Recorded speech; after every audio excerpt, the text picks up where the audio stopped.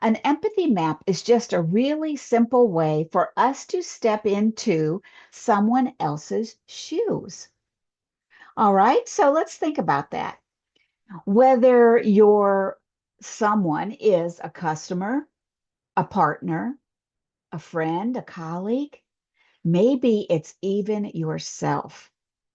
Stepping into your own shoes and getting a clearer picture of how you think and feel, how your customer thinks and feels, if you're putting this into a business sense, or your partner, your children, your grandchildren, a colleague. However you choose to apply this, it's a very versatile tool. And what it leads to, two things: better relationships and stronger self-awareness. So imagine you're looking at a blank canvas and it's divided into four quadrants. We're going to talk about four quadrants during this strategy session here. But I also have a tool that I can email those people that are interested that gives you six categories or six quadrants that you can focus on when you're doing an empathy map. But for right now, we're going to focus on these four quadrants. So you divide it into four, your piece of paper or canvas. One is going to be thinking, the second is feeling, the third is saying, and the fourth one is doing. So thinking, feeling, saying, doing. So you make your chart, and in each box, you put one of those words. And these insights are really going to help you tap in to your own compassion and help you build stronger relationships. And that's what it's all about. I mean, when I think about my relationship with my spouse, with my mom, with some of my friends, they just get stronger and stronger as the years go on. And so this empathy map is a way of building stronger relationships with others and with yourself, and even with those circumstances in your life that can be a little bit chaotic, frustrating, limiting, sometimes even debilitating. So think about this. Who is right now struggling with a person per se? Think about it. Have you ever struggled with really being able to understand that person? Or maybe someone's had a hard time understanding you in situations, where you're coming from. Or maybe even yourself, you know, thinking about yourself and understanding, what is my problem? I felt that way sometimes. So, we're going to talk about how to use an empathy map to help you grow in these areas and to reveal your inner strength. And this is how we're going to do it. The first thing is it gives you a chance to slow down, to think, and to gather your thoughts. We don't often spend time doing that. And when you do that, you begin to flex those empathy muscles. Okay. You flex those muscles in your relationships, in your circumstances, and in your own personal life. So it's a way of practicing the art of understanding before reacting. So it's like being proactive, you know, practicing ahead of time in these four areas. And like I said, the resource for today gives you six areas to think about so that you can understand what you want to do before you respond. And that's where the simplicity comes in. That's where clarity in our relationships come in. you know, practicing. I mean, whoever taught us how to get along with our spouse? Who taught us how to interact with our grandchildren? How to be a good friend? It doesn't happen. And we're going to fill in those gaps ourselves. And that's how we're going to gain resilience for when life gets complicated. And this is just one of many strategies that we could utilize, but it helps you train yourself to pause and to see the full picture. So, does that make sense? I hope so. I hope it's got you thinking. And this is, when we think about being able to use this in our relationships and in our circumstances, but how about if we flip that and use it for ourselves? Don't you deserve that? Don't you deserve to be better understood? And what would it look like if you were to take an empathy map right now? Utilize it. Think about it. What are you thinking right at this moment? What are you feeling? What are you saying? What are you doing? Have you ever taken time to focus on those four things? So let's take a moment and I want you to write down one thing you're thinking and one thing you're feeling right now.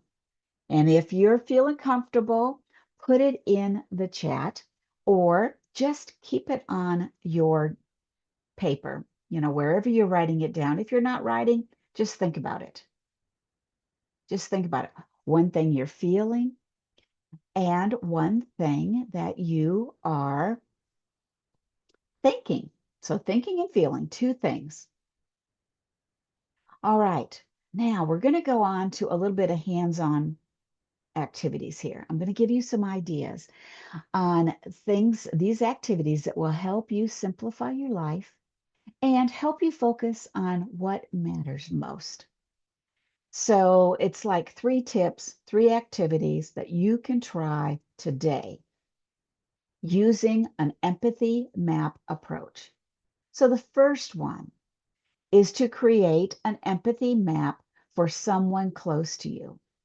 So pick someone in your life that you have either had a challenging time understanding them lately, maybe a partner, maybe a one of our kids, maybe it's a sibling, uh, maybe it's a friend. Think about someone that you can draw an empathy map for, physically draw it on the paper, and then fill out what you think they are feeling right now in whatever this challenging or tough situation is. What do you think they're feeling? What are they thinking? What are they actually saying? And what are they doing? What are some of those actions that you just don't understand? Write it down, think it through. And this gives you a way to really explore what's going on, or at least your perception of what's going on in their world. And it's really a great way to build that compassion and to bring some simplicity back into that relationship because it helps you to focus on what matters to them right now. Even if it's not something that you think should be a priority at this moment, it's what they think and how they are perceiving it that's going to um, learning that, figuring that out is going to help you be a more compassionate friend, a more compassionate spouse, a more compassionate sibling, and even maybe a more compassionate boss if you happen to be in a leadership role. So that's what we want to do. So that's number one. That's a hands-on activity that you can do using an empathy map. Okay. Now here's a second opportunity, a second idea. Use this map for your own self-reflection. So set a timer, maybe after we get off here. Um, and you could even do it now if you're watching the recording of this. You could just stop the recording and create an empathy map for yourself. You can divide it into 4 sections, or you can use the resource that I'm going to send in the email that has those 6 sessions. But for right now, let's focus on those 4 sessions and write an empathy map for yourself. And then ask yourself, what was I thinking? Think about a situation where you might feel uncomfortable or a little, you want a little bit more clarity. What was I thinking? What was I feeling? What was I saying? What was I doing? Simple. Use it to reveal your inner strength and help you connect with yourself on a deeper level. Because even if you responded in a way that you are sort of second guessing now, if you take the time to sort out why did I do that? What was I thinking? What was I feeling when I did that? How did I say that? You're going to be able to connect with yourself on a deeper level because we respond to things, to events, to relationships from the core, from ourselves. We respond and we have a reason for it, even though we may not understand it or we might not verbalize it. But you do have a reason for your emotions, whether they are, easygoing, whether they are stressed and maybe a little assertive, maybe even a little angry. This empathy map exercise is going to help you be more aware of that. And it's going to help you figure out what is going to happen next time. And then here's the third one. Use an empathy map to simplify decision making. And, when life gets overwhelming or you've got a decision you need to make, um, it can be tough sometimes to make those decisions. So just grab an empathy map and apply it to that difficult decision. So, whatever it is, write it at the top, make your 4 boxes, and think about it. What are you thinking or feeling about this particular choice that you need to make? What are you saying to yourself about it? What are you doing about it right now? Or maybe you're not doing anything and you're kind of stuck, you're procrastinating. So use this empathy map as a framework to bring some clarity so that you can simplify what is that next step. It'll help you get out of that rut. So, as we get ready to conclude this little spotlight session on using an empathy map, which one of these activities kind of resonates the most with you right now? Is it number one? You're thinking maybe I can do an empathy map on my sister, for my sister, or for that difficult customer, whatever it might be. Maybe it's a strained relationship with a friend. And so think about that. Think about the second step, number two. Maybe that's something that you would like to do to kind of fine tune what you're feeling right now, your emotions. So make an empathy map on yourself. Or a third one, using this type of a strategy for a tough decision that you have to make. So let's just keep in mind that this empathy isn't just about others. It's about building a deeper connection with yourself. So that's the important part. And it activates that self expansion. It helps you discover your inner strength and your resilience, and it simplifies life.